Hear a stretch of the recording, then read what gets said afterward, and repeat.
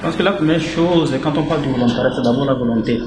Et donc, c'est à travers donc, la volonté du candidat qu'on jouit finalement de sa bonne foi à accomplir sa mission de volontariat. Puisque en matière de volontariat, on ne force pas. Donc, il y a cette question de volonté. Et donc, par rapport à ça, les besoins ou les demandes que nous recevons donc, sont transformés en fait en mission. Et donc toutes les personnes désireuses d'être positionnées sur ces missions-là déposent leur dossier, et donc ces dossiers-là sont étudiés, et ces volontaires, enfin ces candidats-là subissent ce que nous appelons un entretien ou une interview.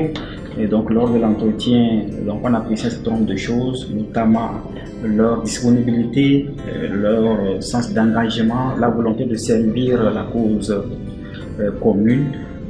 Donc c'est sur cette base-là que finalement nous jugeons et nous décidons de qui peut être volontaire. Donc tous ces critères permettent de voir qui vraiment comprend les principes, les valeurs et l'esprit du volontariat. Parce que si on ne comprend pas les valeurs, l'esprit et les principes du volontariat, on ne peut pas réussir le volontariat. Puisque c'est finalement se mettre un peu à l'écart, c'est s'effacer et penser aux autres. Donc à travers les entretiens, on permet en fait aux volontaires d'afficher sa volonté, et ça nous permet à nous de voir s'il a, je dirais, tous les éléments pour pouvoir réussir sa mission de volontariat. Donc finalement c'est voir chez le candidat sa disponibilité, sa volonté et sa compréhension de l'esprit du volontariat finalement. Donc ce sont ces éléments qui permettent de voir qui est le bon candidat et qui ne l'est pas. À l'entretien par exemple, quelqu'un vous dira je suis là parce que je n'ai pas de travail. Il vous le dira clairement. Et donc cette personne-là en fait n'a pas compris le volontariat. Une autre personne vous dira je sais que je ne suis pas salarié, mais je suis épris d'un certain nombre de valeurs, des valeurs humaines, des valeurs cardinales, des valeurs sociales qui me poussent à me mettre au service des autres, à servir les autres. Et donc cette personne-là, on peut la juger une bonne candidate à faire le volontariat. Par rapport aux volontaires internationaux, je ne dirais pas fondamentalement. En fait, en termes de pédagogie, en termes de forme, je pense que c'est la même démarche, à savoir voir sur le volontaire, en fait, sur les candidats au volontariat, comprendre l'esprit du volontariat, s'il comprend le sens de son engagement, s'il comprend les principes et les valeurs pour lesquelles il veut s'engager. Donc, au niveau de la forme, je pense que c'est la même chose. Maintenant, il y a des spécificités. Parce que quand nous prenons par exemple ce que l'Alliance nationale du volontariat fait, il s'agit là des volontaires nationaux. Et donc, les paramètres d'études, de candidatures vont se faire par rapport aux réalités nationales. Mais lorsqu'il s'agira d'un volontaire international, il faut tenir compte d'un certain nombre de paramètres. À savoir, il y a des réalités internationales, il y a des réalités nationales. Il faut composer avec ces deux réalités-là pour faire en sorte que le volontaire puisse réussir sa mission. Mais fondamentalement, c'est la même démarche. Une démarche de sélection qui se base sur les éléments d'engagement, les éléments de principe, les éléments de valeur du volontariat. Et donc voilà.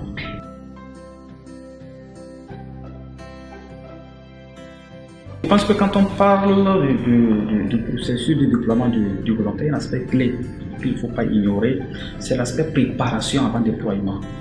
Donc lorsque le volontaire, par exemple, sélectionné et qu'on se dit que nous sommes en face du bon candidat, il ne s'agit pas de conclure et de le déployer. Il faut le préparer à sa mission. Donc la préparation de mission veut dire beaucoup de choses. Quand je prends par exemple le cas d'un volontaire international, il faut déjà le préparer à son voyage. Il faut le préparer également à son accueil parce qu'il quitte son pays pour notre pays. Et donc il y a toute une préparation qui se fait en amont.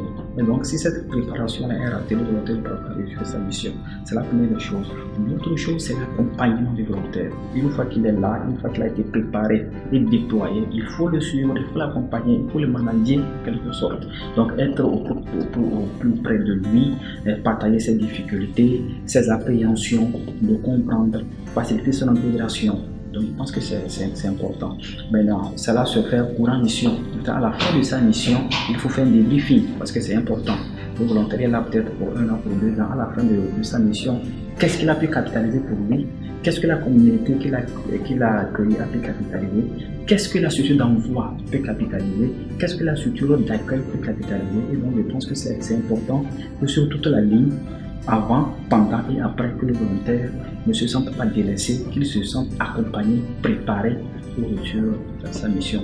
Donc je pense que c'est comme ça qu'on peut permettre à un volontaire de réussir sa mission et je pense que c'est fondamental.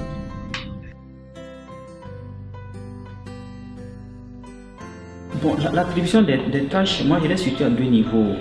Lorsque le volontaire est mobilisé, il est mobilisé sur la base d'une fiche de mission. Voilà, donc il sait globalement la mission pour laquelle il est mobilisé. Et donc, lors de la formation pré-affectation, mais lors de la préparation donc, à la mission, donc on lui parle de la mission pour laquelle il est déployé. Maintenant, quand il arrive dans sa structure, dans sa communauté, il fait face à la mission pour laquelle il a été préparé. Et là, au niveau des tâches, c'est là qu'il découvre en fait ce qu'il a appelé à faire.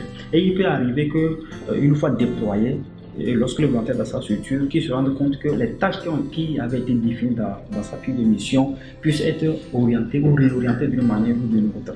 Donc, mais tout cela est soutenu par l'accompagnement, par le suivi, par le management, par la gestion du volontaire. Donc, en tout état de cause, le volontaire n'est pas laissé à lui-même, mais il est accompagné.